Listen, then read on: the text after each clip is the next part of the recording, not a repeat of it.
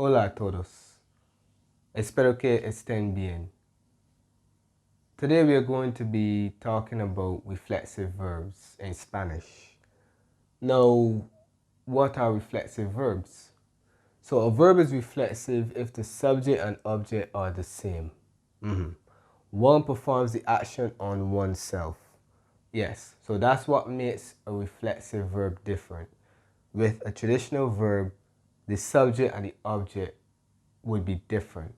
But with a reflexive verb, the subject and the object are the same. So in essence, it is saying that one performs an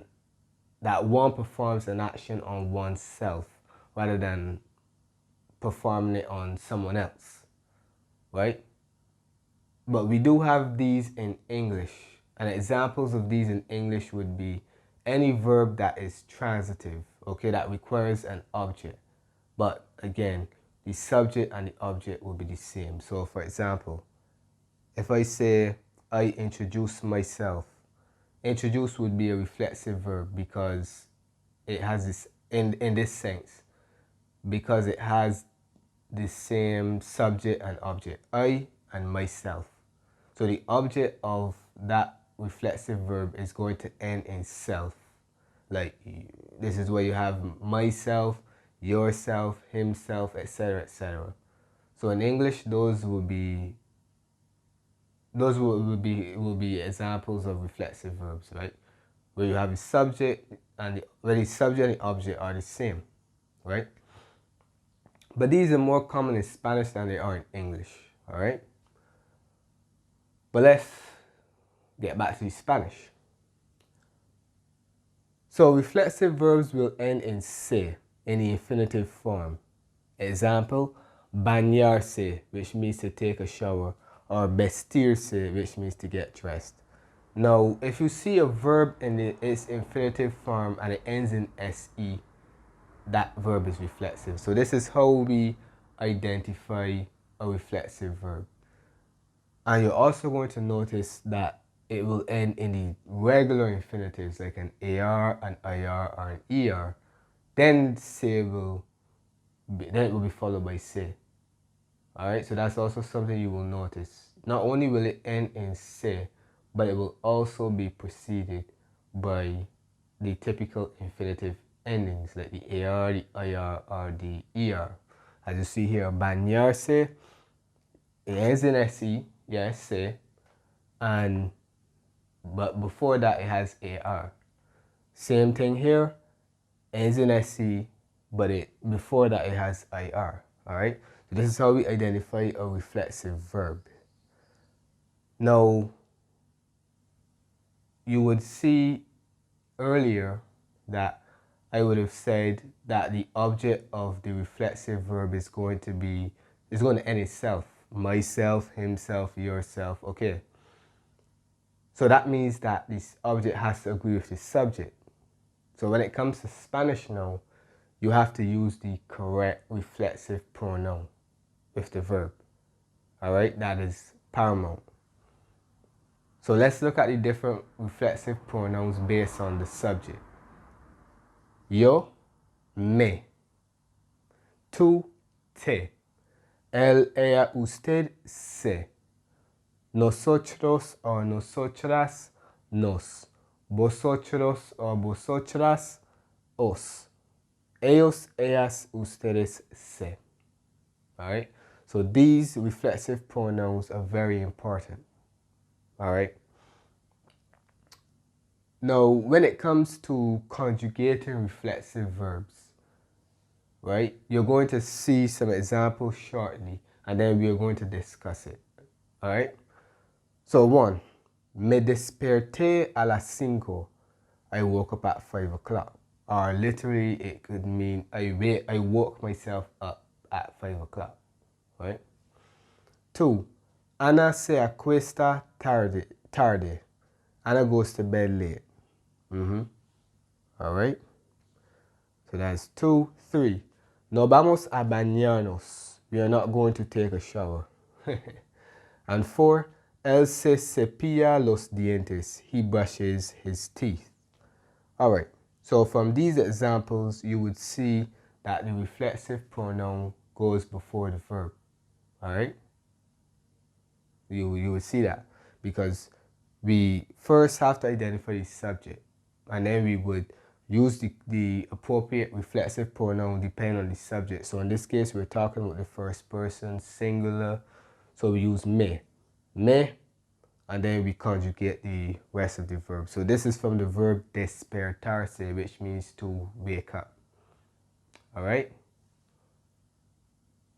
Same thing here. Ana se acuesta tarde. This comes from the verb acostarse. Right? So we put the reflexive pronoun first and then we conjugate the rest of the verb. Right? Now here we have something interesting because you realize that the reflexive pronoun is attached to the infinitive. All right? And we're going to get back to that shortly. 4.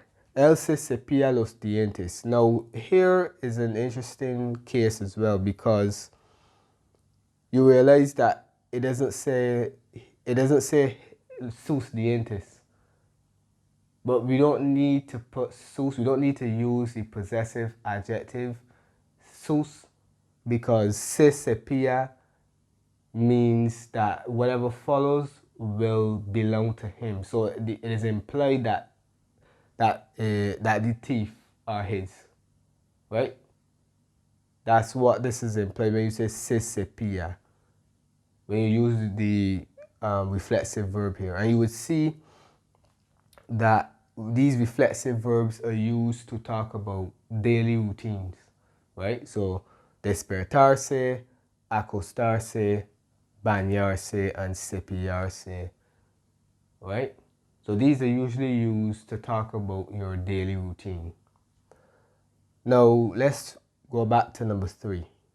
You will see that the reflexive pronoun is attached to the gerund, not the gerund, the infinitive.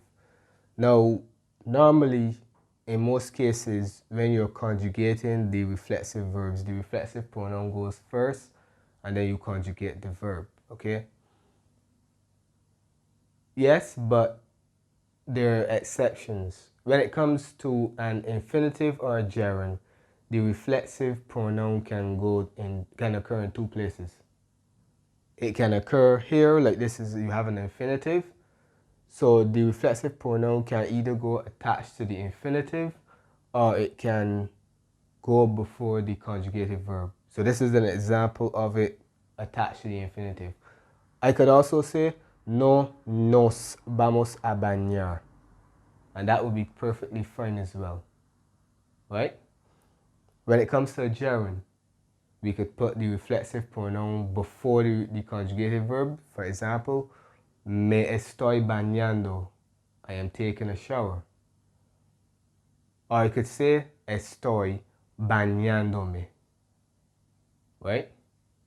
I attach the reflexive pronoun to the gerund. Right? So that's something to bear in mind. However, when it comes to the affirmative, when it comes to the imperative, that's where it'll be a little different. In the affirmative, the reflexive pronoun is attached to the conjugated verb. So let's use the verb despertarse. If I want to tell someone to wake up and I'm familiar with that person, I would say despiértate. Right? I conjugate the verb and then I add the reflexive pronoun and I attach the reflexive pronoun at the end. Despiértate. Now in the negative, the reflexive pronoun goes before the conjugated verb. So I would say no te despiertes. Do not wake up. No te despiertes. Okay? So those are just some rules when it comes to the placement. But generally, you put the reflexive pronoun first and then, of course, you remove the se from the end and you would conjugate the verb accordingly, like despertarse. So that's the verb in its infinitive. So if we want to make it in, if we want to conjugate it according to the first person singular preterite, then we use the right pronoun. We're talking about yo, so we use me, and then the rest of the verb. So we have despertar, right? and we will conjugate it just like we would conjugate a regular verb in the preterite tense, right? So hence we get me desperte. You see? So it's not really too difficult. All right. Now, the thing about reflexive verbs is very important that you use the right pronoun, right? Because, like I said, the subject and the object must agree. In this case, the reflexive pronoun must agree with the subject. So that's very important. Now, there are some verbs that are naturally going to be reflexive, right? But then there are other verbs that are not really reflexive naturally, but they're used with reflexive pronouns to indicate a mutual exchange or reciprocity. All right? Let me give you an example. If I say ellos se besan, all right? You know, we've used the plural reflexive pronoun se besan. This means that they kiss each other. So they're both performing the action, right, simultaneously. Now, that could also translate as they kiss themselves. And in that case, it will be reflexive, right? So how do we distinguish those two sentences or those two meanings, right? So what we would do is that we would add the phrase el uno al otro. So if I say ellos se besan el uno al otro, then that means they kiss each other, and that will be clear. That would disambiguate the meaning, because like I said, ellos se besan can mean they kiss themselves or they kiss each other. But if I add on the phrase el uno al otro, then there is no confusion there. It's clear what I mean, right? But this would only apply to the plural reflexive pronouns like se, os, or nos. Okay? Because it involves more than one person, and it is used, and they're used for reciprocity. Okay? So that's just something to bear in mind, right? I think we call them reciprocal verbs, right? So that's what we mean. We use a verb that may not naturally be reflexive, but we use the reflexive pronoun to indicate a mutual exchange. All right? So that's an example of that. Right? Ellos se besan, they kiss each other. Right? Or they kiss themselves. But to make it clear, we can add the phrase el uno, ellos se besan el uno al otro. Okay? All right. So basically this would bring us to the end of reflexive verbs. So just remember, your subject must agree, your reflexive pronoun must agree with your subject. All right? And generally the reflexive pronoun will go before the conjugative verb. Generally. Other than the other two cases that I would have told you, with the infinitive, with the gerund, and with the imperative. And you would conjugate the other verb as you would according to the tense or what have you, right? And one more thing, there are some verbs that the meaning can change when you place it in the reflexive, right? Or when you use it as a reflexive verb. For example, we have dormir. Dormir means to sleep, but dormirse means to fall asleep. So there's a difference in meaning. Ir, the verb to go, you use the preposition a when you mean ir a, to go somewhere. And irse, you use the preposition de that means to leave. So ir a means to go, irse de means to leave. So meanings can change when you use verbs in the reflexive, right? All right. So those are two examples of verbs that can change meaning. All right, so this brings us officially to the end of reflexive verbs. I hope that you understand it now, understand them a lot better now. Muchas gracias por ver y hasta la próxima.